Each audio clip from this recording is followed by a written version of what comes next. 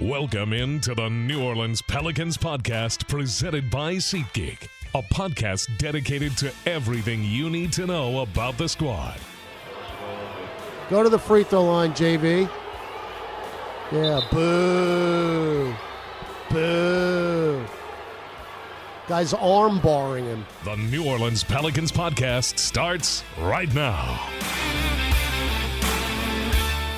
Welcome to the Pelicans Podcast presented by SeatGeek. I am Joe Cardosi, joined by the incandescent Jim Eichenhofer because, baby, we lit up today.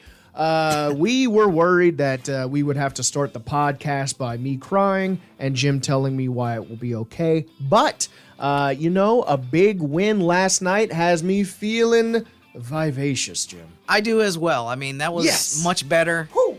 Friday, it was definitely a weekend of highs and lows. I mean, Friday was rough the way that game ended, but then you come back Sunday and you win. You look at the standings and, hey, they're right there. So that was much better. Yeah. I thought they did a lot of good things Friday as well. Didn't get the win, but Sunday night was definitely pretty much from start to finish a quality performance. There was a couple times in the fourth quarter I got a little nervous, but not relaxing. too bad. Yep. Not too bad. I think the Rockets got it down to maybe 8 or 9, but then the Pelicans were able to just put it away at the end. So very encouraging. Gained some ground on a couple teams, even just with the split 1-1. A bunch of other teams in the West had a really rough weekend, winless weekend. So Yes, thank you for that. yes. So no, yeah. I mean, we're feeling a lot better than I think we were, say, Saturday morning. Yeah, if we'd had a podcast in between those games, it wouldn't have been good. No. But I feel like some sort of weird, adrenaline addict because every game it's like, hey, man, you got one of those must-win nail biters? You got one of those again? And it's like, yeah, man, sure, we got another one. Yes. And as you said, it was pretty much a wire-to-wire win.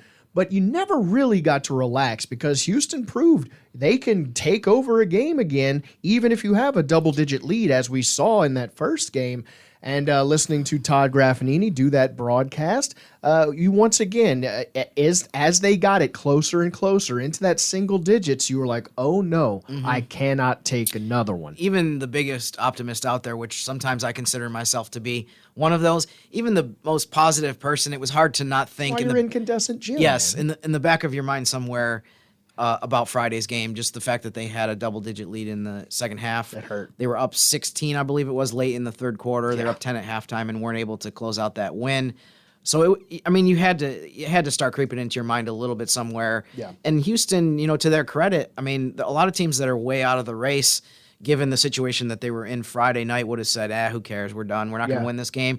So they fought to get back in the game, and they did the same thing again Sunday night. But fortunately for the Pelicans, they had a little bit too big of a cushion, and they also were able to finish out the 48 minutes and not play, say 40 minutes or so of good basketball and then have a drop-off at the end. If we talked about it, if we'd had a podcast in between those games, it would have been a different one. Because every time, especially after that game, I felt like, okay, maybe we're just not going to make the play-in or the playoffs. Other teams would lose. And then Jim, it's like every day, Jim would just pop into my office wearing oversized Pelicans novelty glasses, like, hey, we're still in it because this team lost and here's the scenarios. So you always had reason for optimism, and so it wasn't unfounded, your optimistic Jim attitude. Because, like you said, even though the Pelicans didn't jump up the standings and people aren't seeing that number go from 12th to whatever, it did bring us closer to what we want, which is we're within half a game of the Jazz now. We are in a better place to make that jump. Certainly, and it's funny. A fun Jim fact?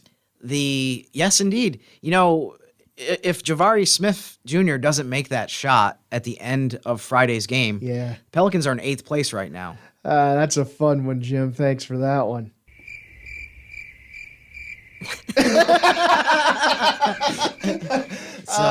That would have been nice to see 8, but I think it solidifies how close we are, man. I mean, exactly. I was just trying to make the point of, how close it is, how thin the margin is. You look at the standings and say, oh, you're in 12th place, man. That's so far back. Right. But it's like, but no. for one shot. Right. But for one shot. Yes. For one not shining moment to use. Hey, but guess what? You know March what? I'm Madness. going to turn it back around. Jonas looking good, though, huh? Jonas has been looking good. Jonas. All the people being like, Jonas is washed. But yeah, Jonas has been looking good. He had 21 points, 11 rebounds last night. That first game, even though it was a loss, to your point, the Pelicans did some good things, and Jonas had 22 points, 17 rebounds in that game. He's looking effective, and we're going to talk about it with our guest today, Bally Sports, Mr. Antonio Daniels, who has said over and over and over again, feed Jonas, feed Jonas.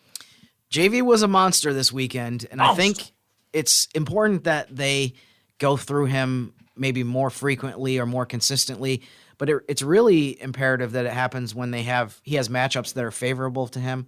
I mean, the Rockets don't really have any guy that's super huge that can kind of match him as far as how big he is. I gotta say though, Şengün, it sounded like he is just so active on the boards. It just seemed like he's a good player. Every time there was a possession, you heard his name 40 times. He is just constantly a pest. Yeah, and I don't mean to make it sound like Şengün had a bad weekend but Jonas either, did dominate. But it's just not a great matchup for Şengün defensively to go against Jonas. So the Pelicans definitely did a good job of taking advantage of that. I mean, Şengün actually in Friday's game, he definitely was a factor in Houston being able to pull that one out. Yeah. Sunday, he wasn't nearly as effective as he had been in the first game. Fouled out too, which helped. So right, that definitely. So I mean, that was definitely a part of how the games went the way that they did in terms of win or loss. Yeah. But yeah, it's nice to have that anchor that you can throw the ball down to when the other team, especially on the road, the other team goes on like a 6-0 run, 8-0 run, and you're looking around and saying, man, our 20-point lead is down to 12 and we haven't scored in a few minutes.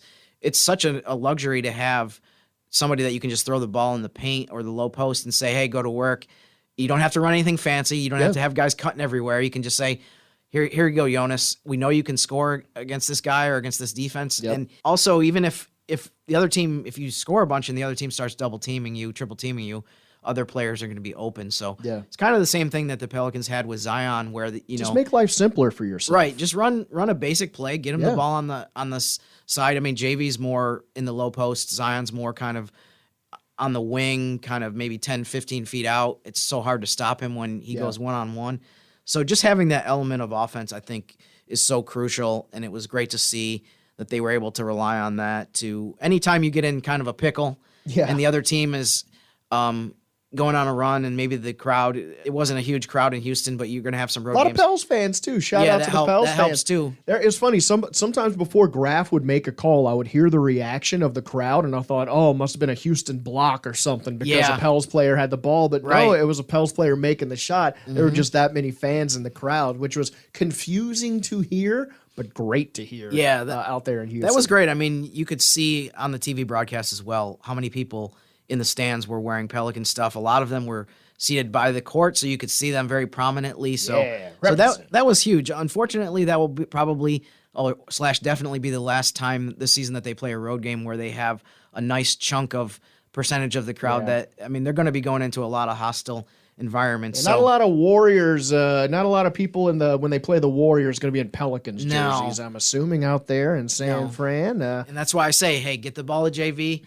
feed the guy. He's the anchor. He's the steadying presence, the steadying force on the offense. When you need a basket, get the ball to the 7-foot guy. Well, the steadying force of this broadcast, Mr. Jim Eichenhofer, gotta say, we had a great conversation with Mr. Antonio Daniels of Bally Sports, who just had a birthday, which is nice. And let's talk to Mr. Antonio Daniels. He is an expert on all things basketball, but most especially the Spurs, and we need the scouting report. So let's talk to Mr. Antonio Daniels.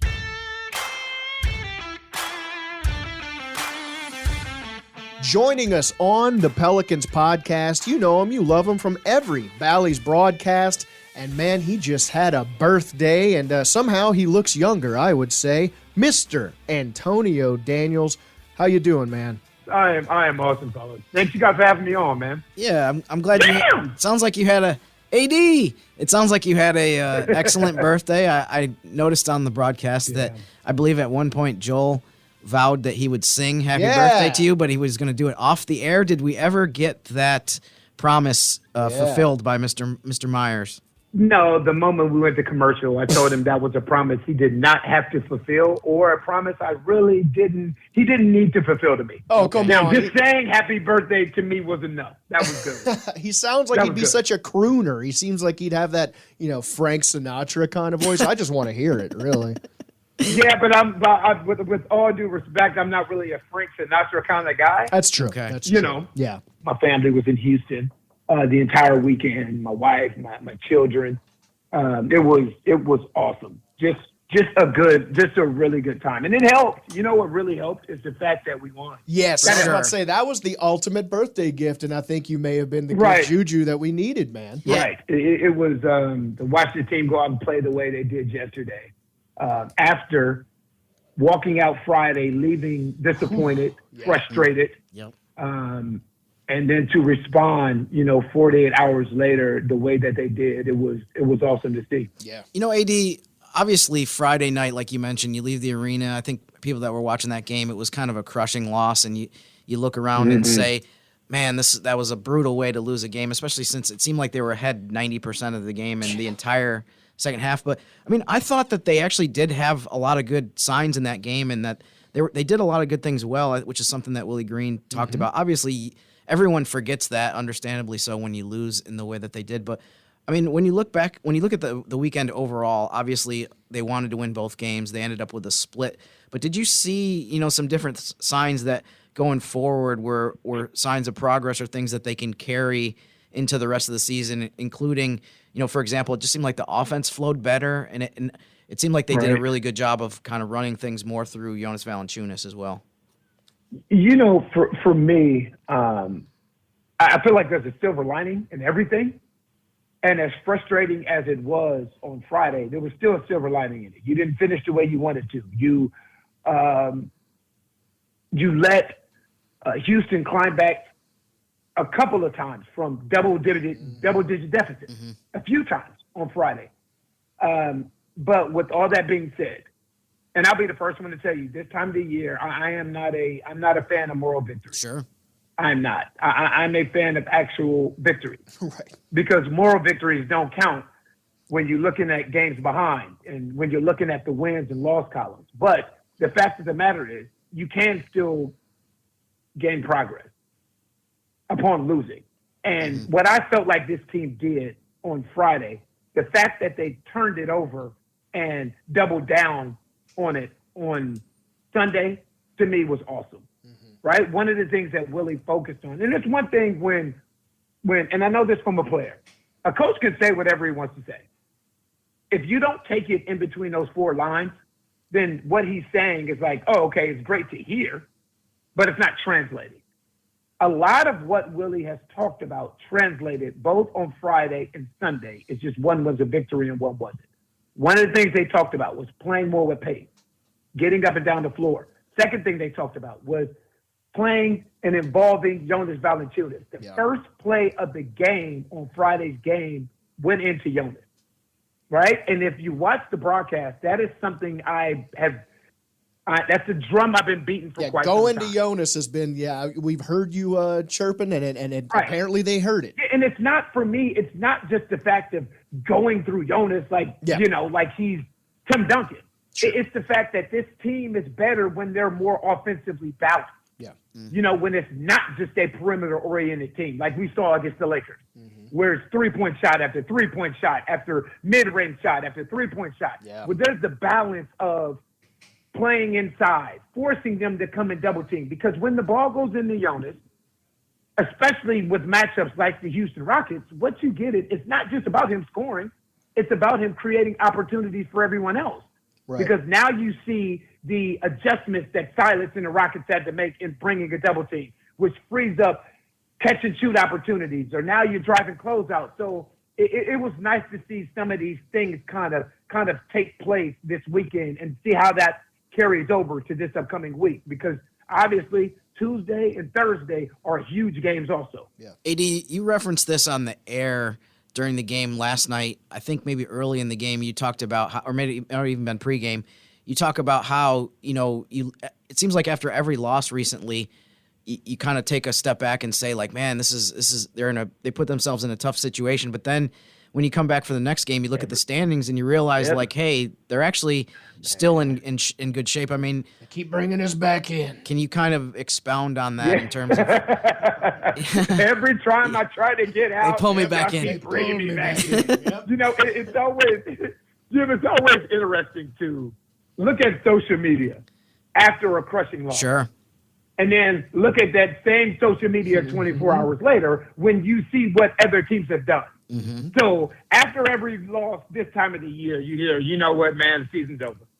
That's it. Mm-hmm. You know what, man, you start hearing the T word, all these other kind of things. Oh, that's it. Yep. Then next thing you know, this team loses. And then this team loses. And then this team loses. It's like, oh, shoot, you know what? We lost, but we didn't lose any ground. Yeah. So you're still a half game out of playoff plans, or you're still a game and a half or 2 games out of, like, it's crazy to think about as we sit here today at 34 and 37. Yeah. Because you look at the teams that are ahead of you, right? The Utah Jazz, the Los Angeles Lakers, no LeBron James, Minnesota with Anthony Edwards will be sidelined for a significant amount of time. Mm-hmm. So just the opportunity to continue to move up. And then here's the thing, Jim.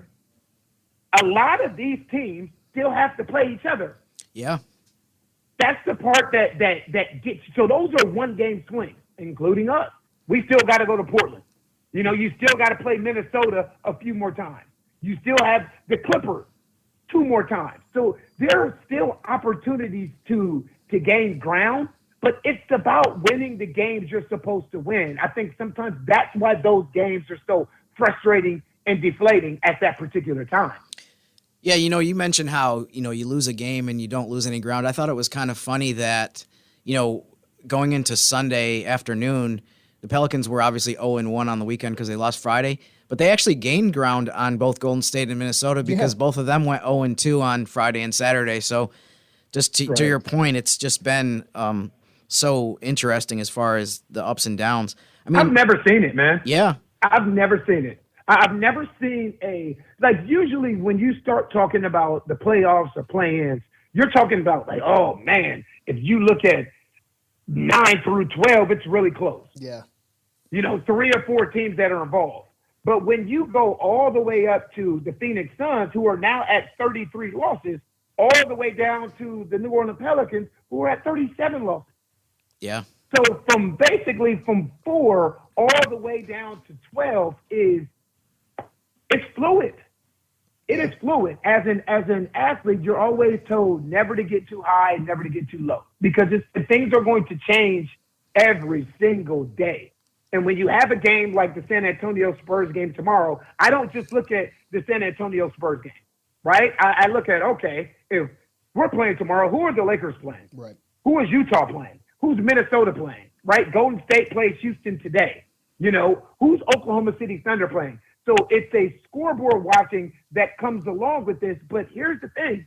If you win the games that you're supposed to win, especially when you're not playing any of these other teams, it's a great opportunity to continue to progress and gain ground. Yeah, you know, you mentioned how you said this is really not something that a lot of us can ever remember seeing as far as how compact it is over 8, 9 teams. You know, like you said, a lot of times you'll see a tight race between 2 or 3 teams, but it's never, okay, these 8 teams are all vying with each other.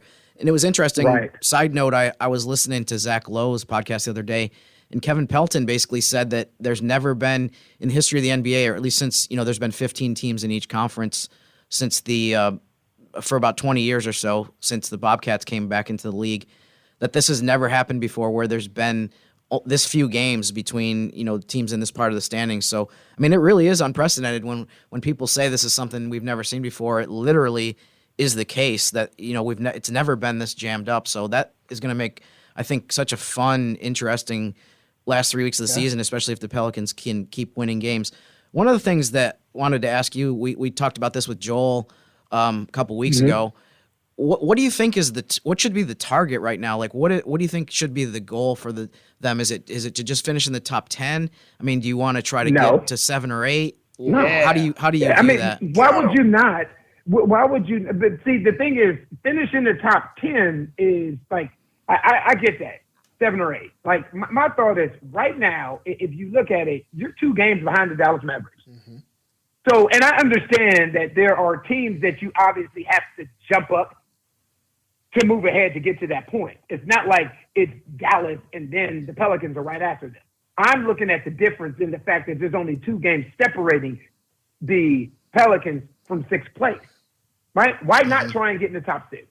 Yeah. You know, especially, here's the thing, especially, and I don't know, so don't hear what I'm not saying, but especially if you have an opportunity to get healthy. Yeah, sure. Because I think that changes everything. That changes everything.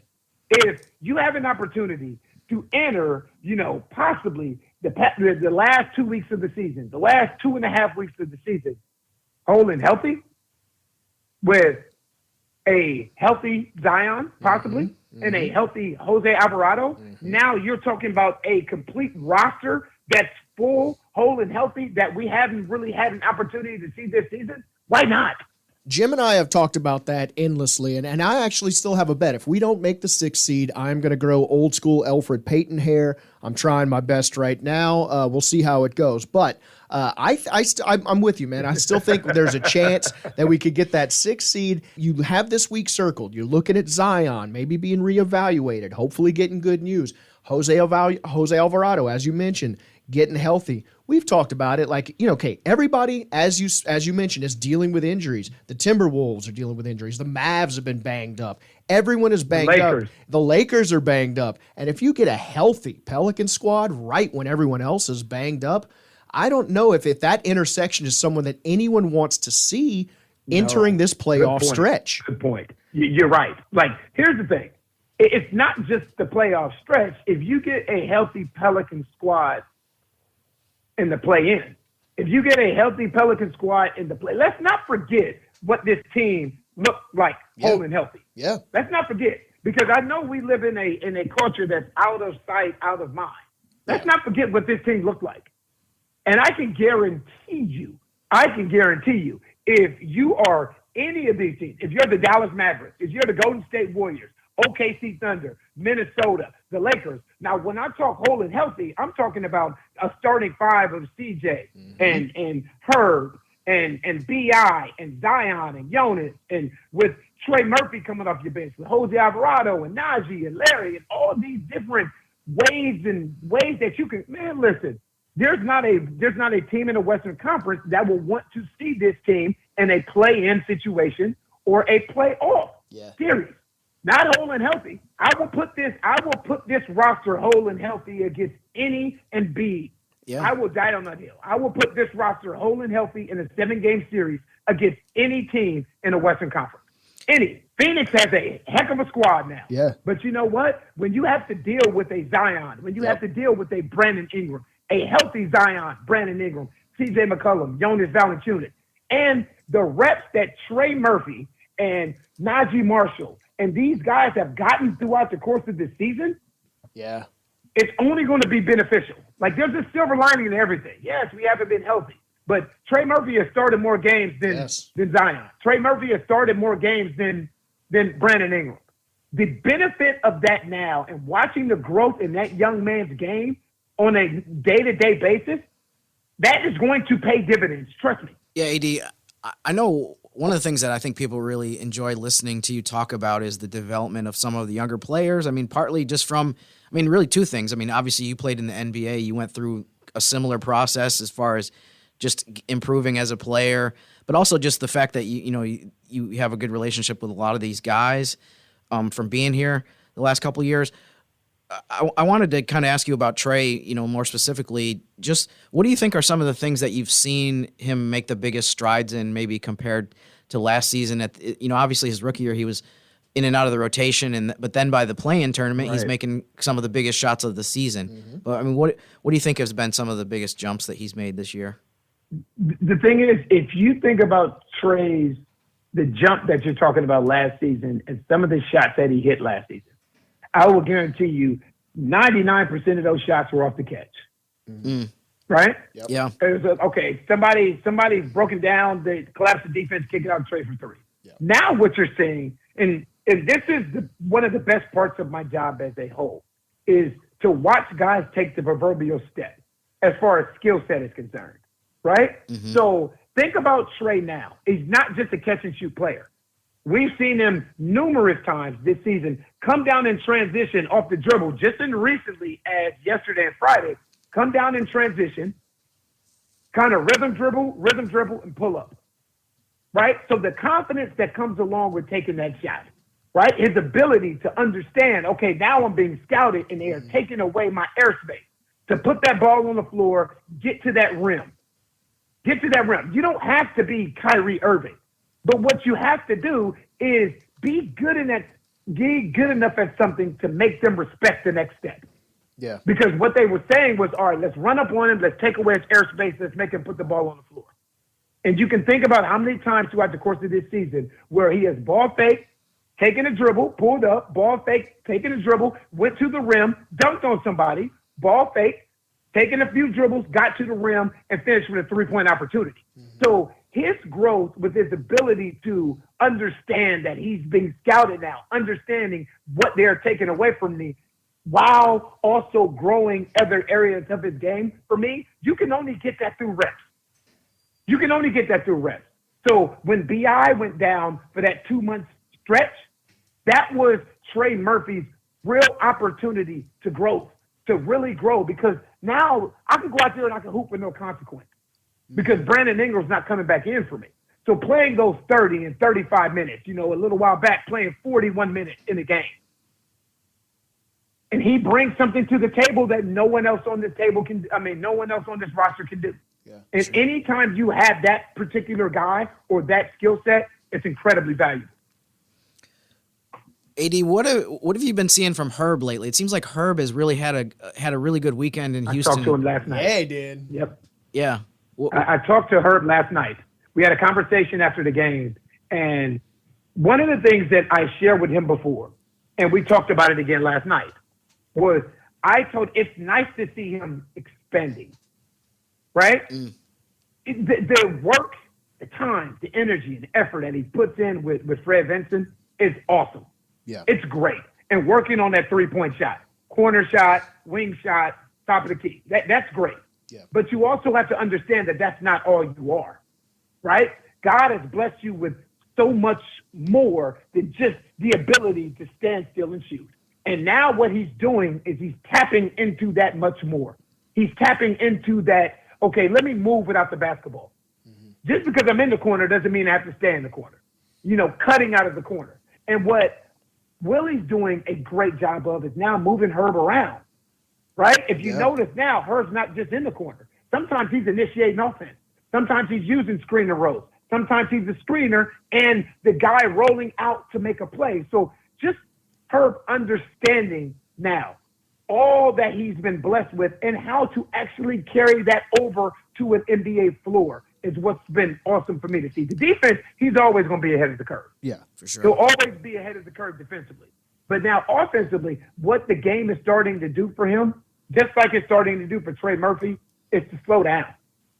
Slow down and understand there are different ways that you can impact the game outside of just spacing the floor and shooting threes. What did you? What about Najee Marshall the weekend that he had? It seemed like he's kind of in the same mode a little bit as Herb, as far as just seems like lately he's really been a spark and just doing a lot of different things to help the team win. Yeah, and I think what Willy's done with Najee is, and we referenced this, Joel and I referenced this a little while back. Now he's back to putting the ball in Najee's hands. Mm-hmm. Right? I feel like the sign of a good coach is to understand and have your finger on the pulse and skill set of your players. Right? So you can't ask Najee to be Trey. You can't ask Trey to be Najee. You can't ask Najee to be Herb, vice versa. Mm-hmm. Because they all have different skill sets and bring different things to the table. The one thing we know about Najee is he is going to bring toughness and physicality to every single game. But you know what? He is a heck of a passer. He is a great passer, and he's really good with that basketball in his hand. And what Willy has done is he has put Najee in a position now to make plays. So when he comes in with that second unit, he's not just coming in with the second unit and spacing the floor.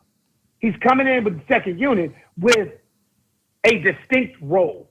Mm-hmm. And that role is to come in and make plays, make really good passes, down passes, cross-court passes, push the ball. So if you can't outlet that ball to CJ, especially with Jose not being there for that second unit, now Najee has done a really good job with that second unit of facilitating. I feel like outside of Zion, Najee is the next best player on the team at playing downhill. Right. Just getting downhill, creating opportunities, and creating contact.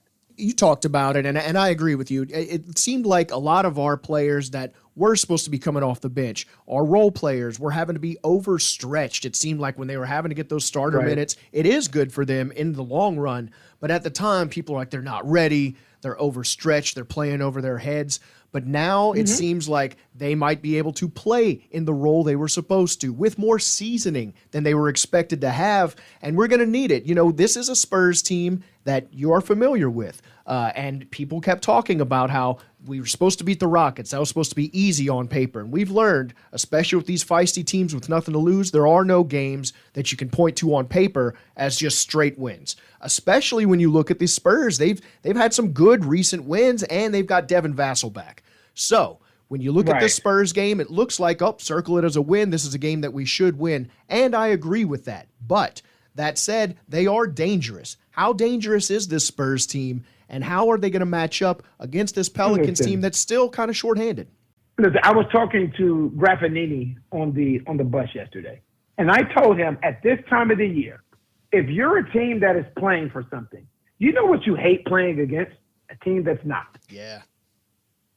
Because you know what? That just like the Houston Rockets team. There's zero consequence. Yeah. This is the time of the season where you see, and I mean this respectfully, not to disrespect these teams, but teams that aren't playing for anything, these young players get career highs. Mm-hmm. A couple of years ago, Kevin Porter had 50 and 10 this time of the year. Sadiq Bey had 50 last year for the Detroit Pistons because there's no consequence. Yeah. So you can go out there and you can just be free. You can be free. So when you're playing against a team that is playing for something, there's consequences for coming down 5 straight times and no one else touching the ball and you just shooting. Yeah. But you saw last night what it looks like when Jalen Green can get going. There was multiple possessions yesterday in that Houston Rockets game where no one else touched the basketball. Right. And one of their 2 guards ended up going one-on-one and just making a shot over an outstretched hand. It's like, okay, well, that's something you have to live with. If you're a team that is playing for something, that's not the type of offensive system that you have to defend against. Mm-hmm. So what you have to understand with the San Antonio Spurs, as opposed to it being game 30 or game 20 right now, this is a team that's not playing for anything. Mm-hmm. Right? They call it the Victor Wembanyama sweepstakes. Certain teams that are trying to get Victor Wembanyama. With that being said, the thing you can't do is go in and play these teams' records. Yeah. Because they have guys that are capable of putting up big numbers. We saw Jalen Green last night go for 40. We saw these guards 2 nights ago on Friday night go for 60-plus points combined. Yeah. And they have guys in Vassell, like you just said, and Johnson that can put up points. Guys that can score. Devontae Graham will be back here. His first game as a Spur, he went plus 30. So when you're not playing for anything, these are the teams that you really have to go in focused against. And actually Brandon Ingram talked about it in the post-game interview with Todd Graffinini. He said they were playing a lot of hero ball, a lot of iso ball. It was hard to defend because you weren't sure what they were going to throw out there. That's right. And I think it's going to be another thing they got to look out for versus the Spurs. Let's hope that was a little bit of practice for some of that crazy hero ball they might see again. AD, can't wait to see you on the broadcast with Joel. Bummer he didn't get to sing to you, but happy birthday regardless. And looking forward to another win, hopefully. Let's go Pels, man. For sure, Joe. Jim, thank you guys, man. Thank you guys. God bless you guys. Thanks, AD. Huge thanks to Antonio Daniels. I once again, Jim, feel wind in my sails. I am so glad the Pelicans saved not only their own season with that win, but they saved maybe the podcast. Because, look, I have been doing this a long time. I've been in radio for 16 years, and I am underqualified to do anything in this economy at this point, except lay face down alone in the forest until I become a skeleton. So Had to get that win so that I could come back on here and not make a fool of myself. And boy, it looks like we could roll if we beat these Spurs and then we hit this tough stretch, with some wind in our sails. I feel like we could make some hay. Jim, do you have any Gymnarios to hit us with? Yeah, there's many. I guess the first Gymnario I'll start with, we've talked about this for a while, but really, to make a long story short, if they can win Tuesday and then Thursday against the Hornets, they can win these 2 games. I know the team needs to take it one game at a time. It's not like they can win Thursday's game on Tuesday. That's impossible. But we can look forward because we're not going to be playing in any of these games and not going to be directly affecting the outcome. But I do think if they can win these 2, they'll be 36 and 37. I can sit here and pretty much guarantee you that they will move up the ladder a couple spots. I know we talked about earlier how if they had one more win, instead of being in 12th place, they'd be in 8th right now. But if they can win these next couple, I think there's a chance that maybe it's not 8th, but it might be 9th or 10th. I'll take whatever. I just want to see them be in the best position they can possibly be going into the 4-game West Coast trip that they have coming up that starts Saturday against the Clippers. But, if they can win Tuesday, Thursday, like I said, I think it's going to make for so much fun kind of scoreboard watching this week. Yeah. There's so many teams that have challenging schedules that are playing on the road a bunch. There's a bunch of teams that are playing each other. Mentioned it. You've mentioned it in terms of the teams that are going to play each other. So even when the Pelicans aren't playing, there's still exciting scoreboard watching. I thought that was a great point that AD made. Just for example, just to throw out a scenario, Gymnario. Yeah. If the Pelicans win on Tuesday against the Spurs, they're 35 and 37. Golden State and Dallas play each other on Wednesday, so one of those teams has to lose. Yep. Right now, Dallas has 35 losses. Golden State has 36.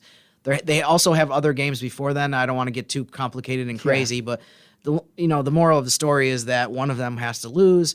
The Pelicans are going to inch closer to one of them or both of them over the next few days if they can just beat the Spurs Tuesday night. We'll worry about that other stuff later.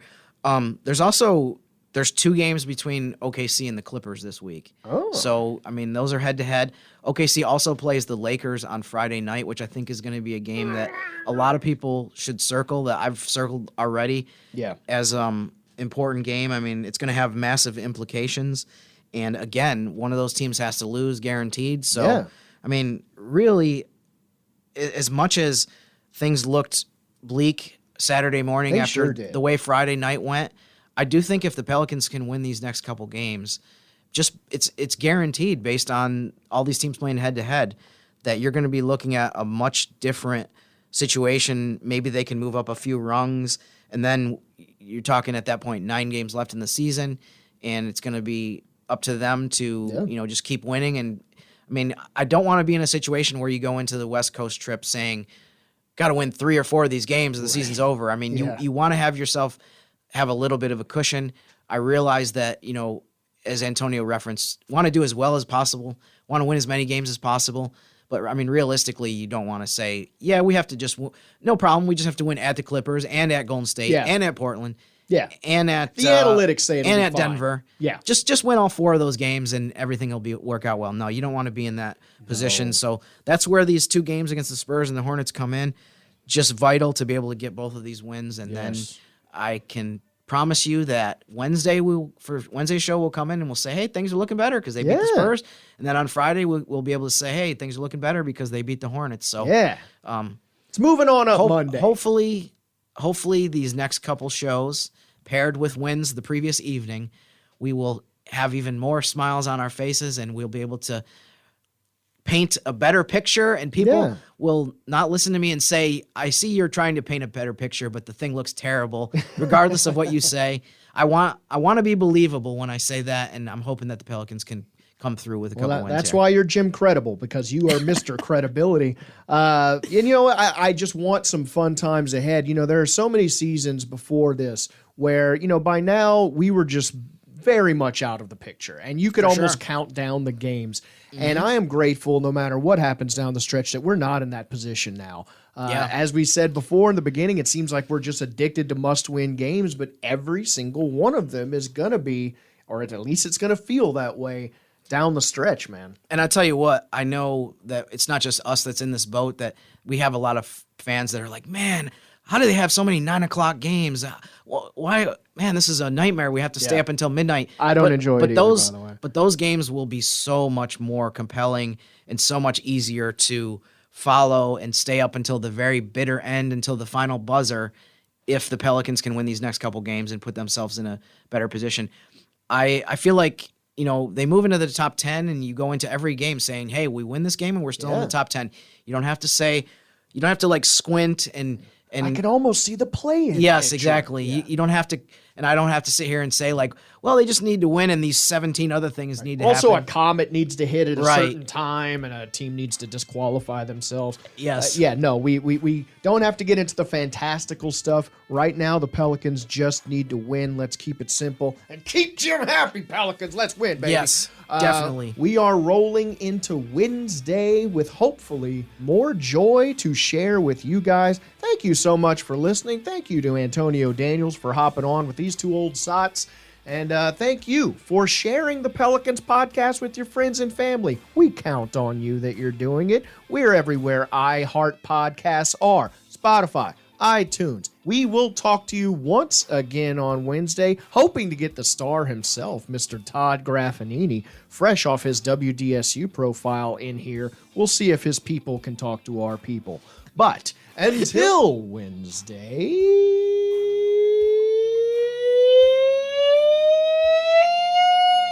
go Bell. Thanks for listening to the New Orleans Pelicans podcast, presented by SeatGeek. Join us 3 times per week on Pelicans.com, the Pelicans mobile app, or you can subscribe to the podcast on iTunes. We'll see you next time right here on the New Orleans Pelicans podcast, presented by SeatGeek.